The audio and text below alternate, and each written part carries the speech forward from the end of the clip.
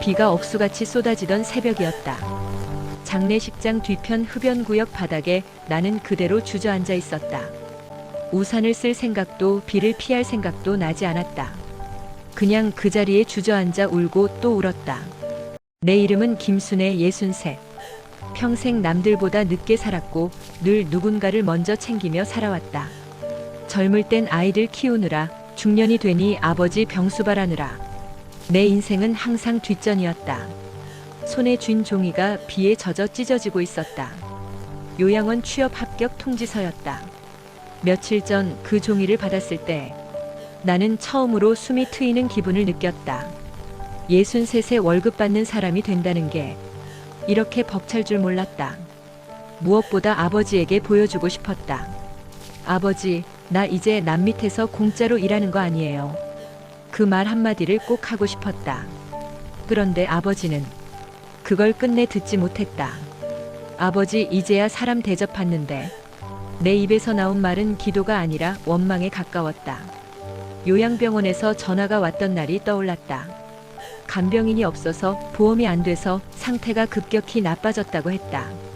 그 말 속에는 미안함보다 귀찮음이 더 섞여 있었다. 나는 바닥을 주먹으로 쳤다. 젖은 아스팔트 위로 눈물이 섞여 흘러내렸다. 아버지가 사람 취급도 못 받고 그렇게 떠났다는 사실이 가슴을 찢어 놓았다. 그때였다. 내 위로 검은 우산이 하나 내려왔다. 여기서 소란 피우면 안 됩니다.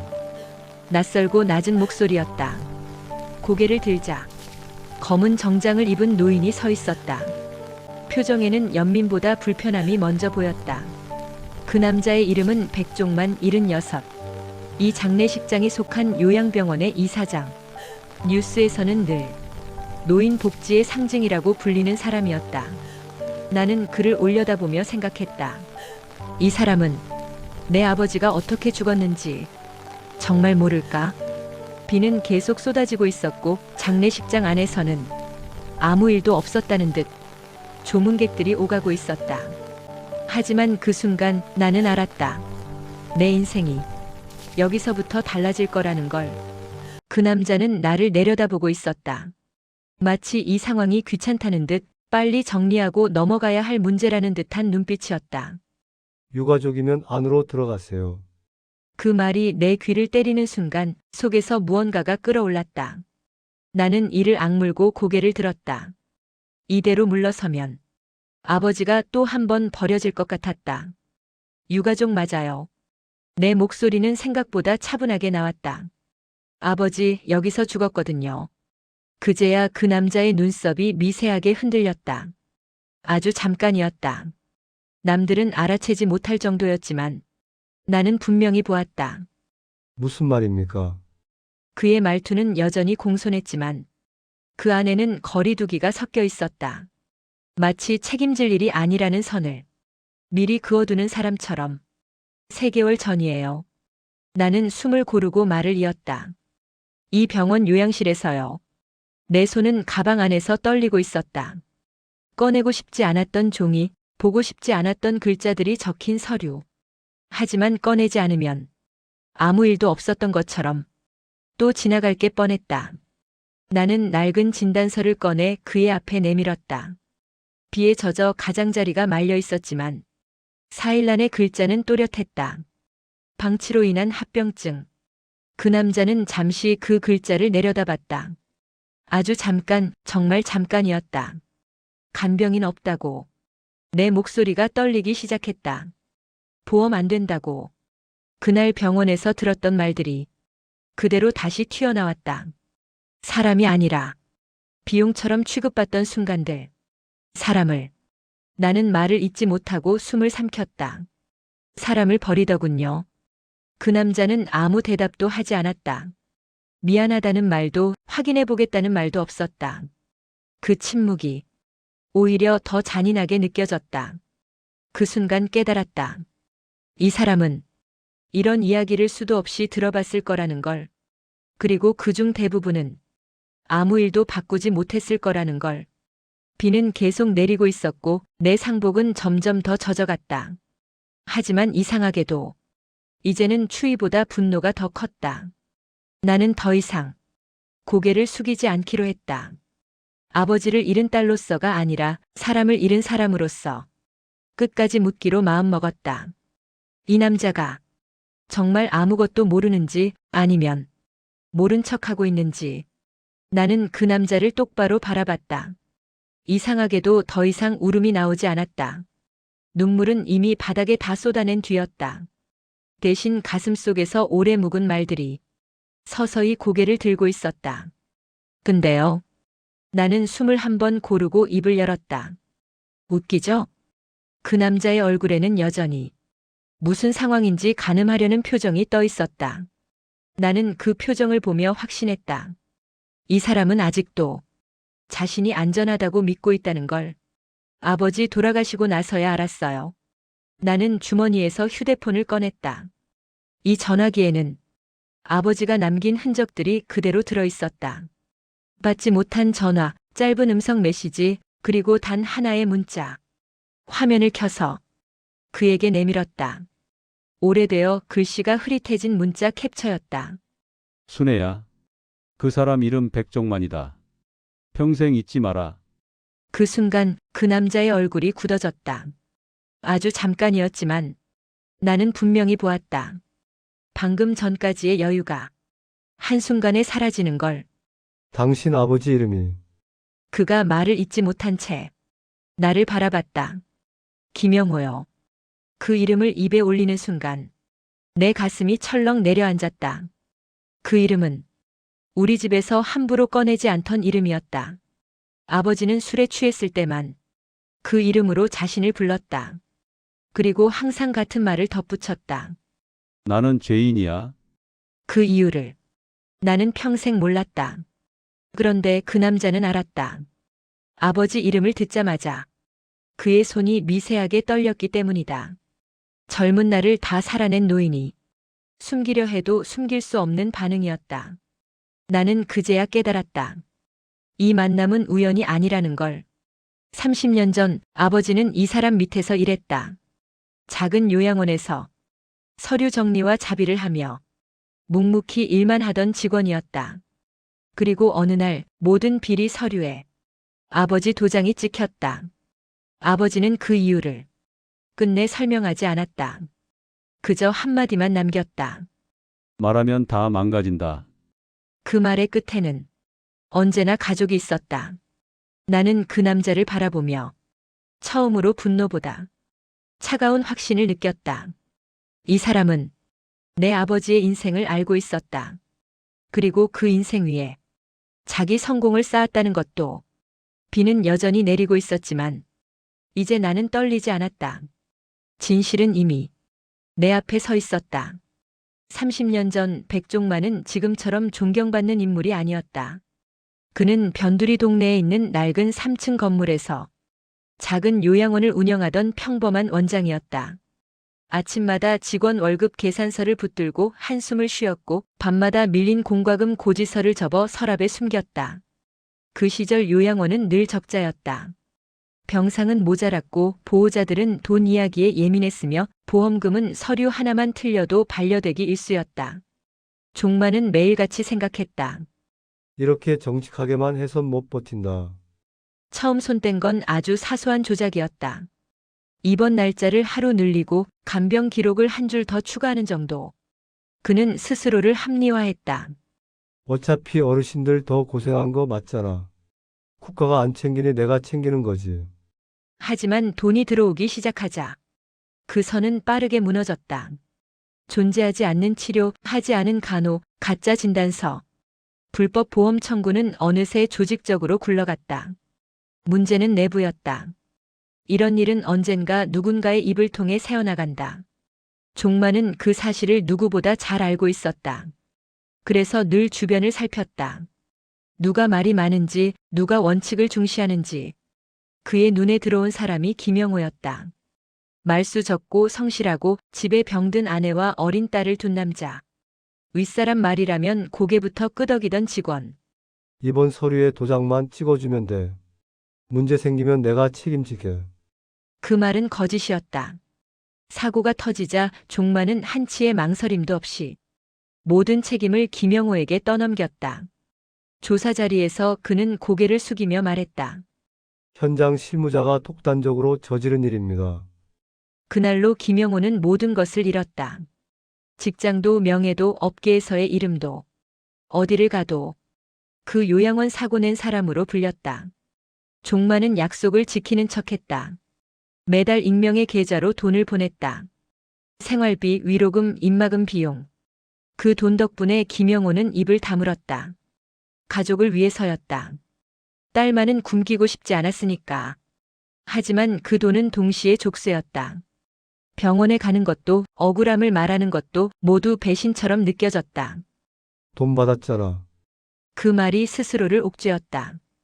그 사이 종만의 인생은 달라졌다. 요양원은 병원이 되었고 병원은 그룹이 되었다. 표창장이 늘어났고 언론은 그를 노인 복지의 희망이라 불렀다. 정치인들은 그의 손을 잡았고 그의 말 한마디는 정책이 되었다. 아무도 몰랐다. 그 화려한 성공의 밑바닥에 한 가족의 침묵과 희생이 깔려 있다는 것을. 그리고 지금 그 모든 과거가 김영호의 딸 김순애 앞에서 서서히 모습을 드러내고 있었다. 종만이 평생 쌓아올린 성공은 사실 한 가족을 팔아 얻은 것이었다. 순애는 한동안 말을 잇지 못했다. 장례식장 뒤편에서 터져나온 감정이 가라앉기도 전에 아버지의 마지막 목소리가 머릿속에서 다시 살아났기 때문이다. 임종 하루 전 산소호흡기 소리 사이로 아버지는 힘겹게 입을 열었다. 마치 이 말을 하지 않으면 눈을 감을 수 없다는 듯한 얼굴이었다. 순애야. 이건 혹시라도 그냥 들어만 둬라. 그날 아버지는 처음으로 백종만의 이름을 직접 입에 올렸다. 늘 그 사람이라며 피하던 이름이었다. 그리고 이어진 말은 순애의 귀를 의심하게 만들었다. 그 인간이 내 친아버지일지도 모른다. 순애는 웃어넘기려 했다. 아버지가 고통 속에서 헛소리를 하는 거라 믿고 싶었다. 하지만 아버지는 고개를 저었다. 30년 전 종만이 요양원을 막 키우던 시절 한 번의 실수와 한 번의 침묵이 있었다는 이야기. 자신은 죄인이었고 그 대가로 모든 것을 참아야 했다는 고백. 아버지는 끝내 눈물을 흘렸다. 혹시라도 내가 그 인간 핏줄이면 미안하다는 말이라도 하고 싶었다. 그날 밤 순애는 잠들지 못했다. 머릿속에서는 수십 년간 쌓아온 기억들이 뒤엉켰다. 아버지는 늘 조용했고 자기 이야기를 거의 하지 않았다. 돈 이야기가 나오면 불편해했고 병원에 가자는 말엔 극도로 예민해졌다. 그 모든 퍼즐이 이 말 하나로 이어지는 것 같았다. 순애는 확인하기로 했다. 진실이 무엇이든 아버지가 거짓을 안고 떠났는지는 알고 싶었다. 유전자 검사는 차갑고 간단했다. 며칠 후 도착한 봉투 하나. 결과지는 짧고 명확했다. 부녀 관계 불일치. 순애는 한참 동안 종이를 내려다봤다. 안도와 분노가 동시에 밀려왔다. 아버지는 끝까지 자신을 지키려 했고 종만은 끝까지 책임지지 않았다. 피조차 섞이지 않은 남자가 한 가족의 인생을 망가뜨린 셈이었다. 순애는 결과지를 접어 가방에 넣었다. 이제 더 이상 의심도 망설임도 없었다. 이건 사적인 감정의 문제가 아니었다. 숨겨진 진실을 밝힐 시간이었다. 그리고 그 진실은 종만이 가장 숨기고 싶어 할 것이었다. 며칠 뒤 그 사람에게서 전화가 왔다. 백종만. 그 이름 석자를 보는 순간 심장이 먼저 반응했다. 받지 말까 잠시 망설였지만 결국 통화 버튼을 눌렀다. 도망치고 싶지 않았다. 아버지가 평생 도망치지 못한 사람 앞에서 이번만큼은 내가 물러서고 싶지 않았다. 그는 조용한 곳에서 만나자고 했다. 사람들 눈에 띄지 않는 곳. 병원에서도 장례식장에서도 멀리 떨어진 오래된 한정식집이었다. 문을 열고 들어가자 묘하게 숨이 막혔다. 이런 방에서 그는 수십 년을 살아왔겠지. 깔끔하고 조용하고 모든 게 정리된 공간. 아버지가 죽어가던 요양실과는 너무 달랐다. 그는 이미 와 있었다. 내가 들어오자 자리에서 일어나지도 않았다. 미안함도 죄책감도 없는 태도. 그 모습 하나만으로도 가슴이 뜨거워졌다. 일 여기까지 합시다. 그가 먼저 말했다. 마치 오래된 거래를 정리하듯 담담하게. 그는 서류 가방을 열었다. 테이블 위에 수표 한 장을 내려놓았다. 숫자를 보는데 오래 걸리지 않았다. 3억. 순간 머릿속에 스쳐간 얼굴이 있었다. 병원비가 없어 진통제부터 줄이던 아버지, 간병인 없이 혼자 화장실을 가다 넘어졌다는 전화, 괜찮다는 말만 반복하던 그 목소리. 이 돈이면 충분하지 않습니까? 그가 말했다. 그 말이 나를 완전히 무너뜨렸다.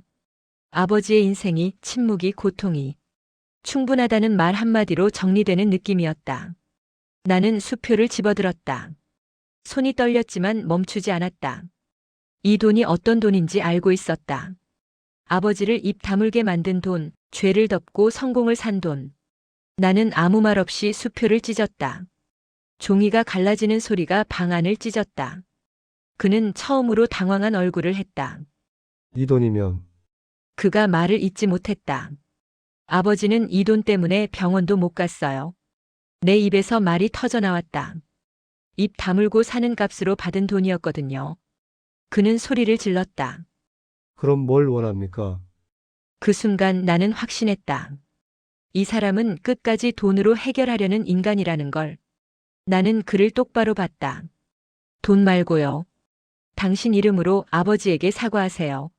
사람들 앞에서요. 그는 아무 말도 하지 못했다. 그날 나는 처음으로 느꼈다. 아버지가 평생 넘지 못했던 벽을 내가 조금은 밀어냈다는 걸. 기자회견장은 생각보다 작았다. 그러나 그 안에 모인 시선은 무겁고 날카로웠다. 백종만은 단상 앞에 서서 잠시 숨을 고른 뒤 원고를 내려다봤다. 수십 년 동안 수많은 연설을 해왔지만 이날만큼은 목소리가 쉽게 나오지 않았다. 손끝이 미세하게 떨렸고 마이크를 잡은 손에는 식은땀이 배어 있었다. 30년 전 그가 어렵게 말을 꺼냈다. 저는 한 사람의 인생을 망쳤습니다. 기자들 사이에서 낮은 웅성거림이 일었다. 그는 더 이상 눈을 들지 못한 채 원고를 읽어내려갔다. 불법 보험 청구, 책임 전가, 그리고 한 직원의 삶을 담보로 쌓아올린 성공. 그의 입에서 나오는 단어 하나하나가 스스로 쌓아올린 명성을 허물어뜨리고 있었다. 그 가족에게 진심으로 사과드립니다. 그 말은 늦었고 부족했으며 돌이킬 수 없는 시간 앞에서는 너무 가벼웠다. 하지만 카메라는 냉정하게 그 장면을 담아냈다. 그날 저녁 뉴스 자막은 단순했다. 요양병원 이사장, 과거 비리 자백. 화면 속에서 종만은 더 이상 노인 복지의 상징이 아니었다. 그저 늙고 지친 한 인간이었다. 같은 시간 순애는 납골당으로 향하고 있었다. 기자회견장과는 전혀 다른 공간. 차갑고 조용한 복도, 향 냄새가 희미하게 남아있는 공기. 아버지의 이름이 적힌 작은 공간 앞에서 그녀는 한참을 서 있었다. 아버지. 말을 꺼내는데 오래 걸리지 않았다. 이상하리만큼 담담했기 때문이다. 그 인간 이제 가면 벗었어요. 그녀는 납골함을 가만히 쓰다듬었다. 평생 말하지 못했던 아버지의 침묵, 가족을 지키기 위해 삼켜야 했던 수치와 고통. 그 모든 시간이 이 순간으로 이어져 있었음을 순애는 이제야 실감했다. 바람이 불었다. 납골당 문틈으로 스며든 바람은 차갑고 거칠었다. 그 바람 속에서 순애는 아버지가 처음으로 편해진 것 같다는 기이한 안도감을 느꼈다. 이제는요. 그녀는 조용히 말했다. 제가 지킬게요. 그 말은 다짐이자 늦은 약속이었다. 한 사람의 인생을 짓밟고 세워진 우상은 결국 이렇게 무너졌다. 하지만 남은 사람들의 삶은 이제부터 다시 이어가야 했다. 우리는 종종 겉으로 보이는 성공만을 보고 사람을 판단합니다. 깨끗한 이미지, 좋은 말, 훌륭한 업적 뒤에 누군가의 인생이 조용히 희생되고 있다는 사실을 쉽게 잊고 살아갑니다. 오늘 이야기 속 한 아버지는 가족을 지키기 위해 끝까지 입을 다물었습니다. 자신이 억울하다는 말 한마디 하지 못한 채 죄인의 이름으로 세월을 견뎠고 병원에 갈 권리조차 스스로 포기해야 했습니다. 그리고 그 침묵의 무게는 고스란히 남겨진 딸에게 남았습니다. 진실을 밝히는 과정은 복수가 아니라 아버지의 삶을 사람답게 기억하기 위한 선택이었습니다. 이 이야기는 과거의 잘못을 드러내는 것이 얼마나 큰 용기를 필요로 하는 일인지, 또 진실을 외면한 사회가 누군가에게 얼마나 잔인해질 수 있는지를 조용히 묻고 있습니다. 혹시 여러분 주변에도 말하지 못한 채 참고 살아온 사람이 있지는 않습니까? 혹은 여러분 스스로가 그런 시간을 견뎌오고 계시지는 않은지요? 이 채널은 자극적인 결말보다 사람의 삶과 선택을 함께 돌아보는 이야기를 전하고자 합니다. 오늘의 이야기가 마음에 남으셨다면 구독과 좋아요로 함께 해주세요. 여러분의 구독 하나, 좋아요 하나가 이런 현실적인 이야기들이 계속 세상에 전해질 수 있는 힘이 됩니다. 또 여러분의 생각과 경험을 댓글로 나눠주시면 다음 이야기를 만드는 데 큰 도움이 됩니다. 지금까지 시청해주셔서 감사합니다. 다음 이야기에서도 우리의 삶과 진실을 함께 마주하겠습니다.